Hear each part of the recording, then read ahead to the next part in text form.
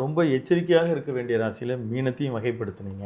அவர்களுக்கு 2025 ஆண்டு பலன் சொல்வதோடு அவங்க எப்படி எச்சரிக்கையாக இருக்கணும், எங்கே எச்சரிக்கையாக இருக்கணுன்றதையும் தெளிவுபடுத்தி.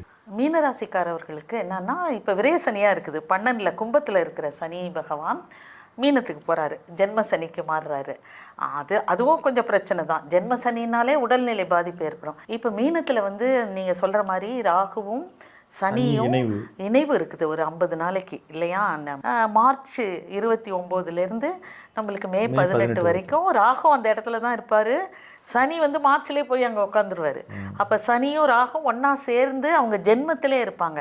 அது கொஞ்சம் கஷ்டத்தை தான் கொடுக்கும், இல்லைன்னா நம்ம சொல்ல முடியாது. டெஃபினட்டாக கஷ்டத்தை கொடுக்கும். நம்ம என்ன பண்ணணும்னா, இந்த இடங்களுக்கு சர்ப்பம் இருக்கிற சர்ப்பத்துக்கு பிரீத்தி பண்ணணும். ராகு கேது கோயில்கள் இருக்குல்ல, அங்கெல்லாம் போகணும். புத்து உள்ள மாரியம்மன் கோயில் அங்கெல்லாம் போகணுங்க. அம்மன் வழிபாடு மிக சிறந்த இது. திருவேற்காடு போகலாம். அந்த மாதிரி கோயில்களுக்கு போய் பரிகாரம் செய்யணும். சனி பிரீத்தி பண்ணணும் கட்டாயம். வெற்றிலை மாலை சாத்தி, ஆஞ்சநேயர் தான் சனின்னா, ஆஞ்சநேயரை வணங்கணும். எப்பவும் போல் அந்த நம்ம அன்னதானங்களை அதிகமாக செய்யணும்.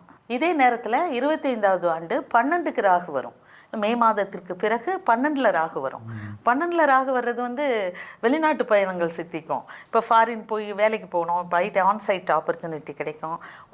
நம்ம பிள்ளைங்க போய் ஃபாரினில் படிக்கணும், எம்எஸ் படிக்கணும், ஹையர் ஸ்டடீஸ் போகணுன்னு நினைக்கிறவங்களுக்கெல்லாம் நல்ல வாய்ப்பு கிடைக்கும். அந்த வாய்ப்பு, இந்த விசா ப்ராப்ளம் அது இதுன்னு இருக்கிறதுக்கெல்லாம் எல்லாம் கிளியர் ஆகிட்டு வெளிநாட்டுக்கு போய் படிக்கிறவங்க படிப்பாங்க. வேலைக்காக வெளிநாட்டுக்கு போகிறவங்க, அந்த வெளிநாட்டு பயணங்கள்னால இவங்களுக்கு லாபம் கிடைக்கிற ஒரு பீரியடாக இது இருக்கும். ஜென்ம சனியில் இருக்கிறதுனால அத்தனையும் அவங்களுக்கு கஷ்டம்தான் நடக்கணும் அவசியம் இல்லை. மற்ற கிரகங்கள் 4வது இடத்துக்கு குரு போயிடுது. குரு மிதுனத்தில் இருக்கும்போது சுகஸ்தானத்தில் குரு இருக்கார். அதனால் அந்த மாதிரி பிரச்சனைகள்லாம் நீங்கும்.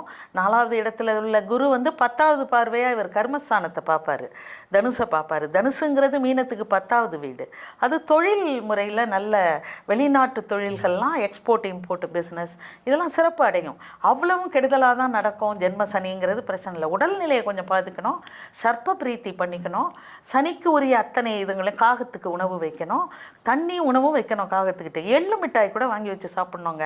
ஃப்ரிட்ஜில் எள்ளு மிட்டாய் பாக்கெட்டை வச்சுக்கிட்டு, இதெல்லாம் வித்தியாசமாக இருக்கும். ஆனால் எங்கள் குரு சொல்லுவார், எள்ளு மிட்டாய் சாப்பிட்ணுமா. இந்த சனி பிடியில் இருக்கும் பொழுது எள்ளு உருண்டைகளை அப்பப்போ சாப்பிட்ணும். எள்ளு சாதத்தை நம்ம அன்னதானமாக கொடுக்கணும். இதெல்லாம் மிக சிறந்த பரிகாரம். ரொம்ப நல்லாயிருக்கும். அவங்களுக்கு ரொம்ப நல்லா இருக்கும்னு சொல்ல முடியாது, சமாளித்து போயிடுவாங்க மீனராசிக்காரர்கள்.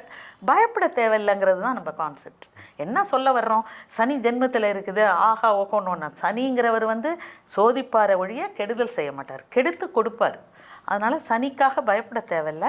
அதை வந்து தெய்வ வழிபாட்டோடு அதை சமாளித்து வெளியில் வரணும்.